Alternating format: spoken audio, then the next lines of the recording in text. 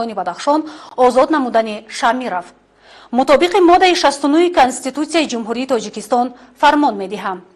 Шамиров Кишвар Ғулом Расулович бо сабаби ба кори дигар гузаштан аз вазифаи раиси шаҳри Хоруғи вилояти Мухтори Коҳистони Бадахшон озод карда шавад. Президенти Ҷумҳурии Тоҷикистон Эмомалӣ Раҳмон шаҳри Душанбе 24 ноябри соли 2020. фармони президенти Ҷумҳурии Тоҷикистон дар бораи иҷрокунандаи вазифаи раиси шаҳри Хоруғи вилояти Мухтори Коҳистони Бадахшон таъин намудани Мирзонабод. мутобиқи моддаи 69 Конститутсияи Ҷумҳурии Тоҷикистон фармон медиҳам. Мирзонабод Алишер Худобердӣ иҷрокунандаи вазифаи раиси шаҳри Хоруғи вилояти Мухтори Коҳистони Бадахшон таъин карда шавад.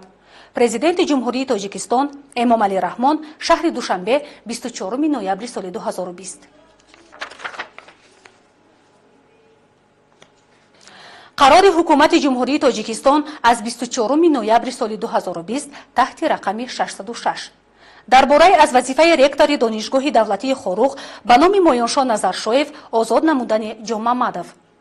ҳукумати Ҷумҳурии Тоҷикистон қарор мекунад Ҷонмамадов Шермамад Бекмамадович бо сабаби ба нафақа баромадан аз вазифаи ректори донишгоҳи давлатии Хоруғ ба номи Моёншоҳ Назаршоев озод карда шавад. раиси ҳукумати Ҷумҳурии Тоҷикистон Эмомалӣ Раҳмон. қарори ҳукумати Ҷумҳурии Тоҷикистон аз 24 ноябри соли 2020 таҳти рақами 610 дар бораи ректори донишгоҳи давлатии Хоруғ ба номи Моёншоҳ Назаршоев таъин намудани Юсуфзода. ҳукумати Ҷумҳурии Тоҷикистон қарор мекунад Юсуфзода Гулзорхон Амиршоҳ ректори донишгоҳи давлатии Хоруғ ба номи Моёншоҳ Назаршоев таъин карда шавад. раиси ҳукумати Ҷумҳурии Тоҷикистон Эмомалӣ Раҳмон.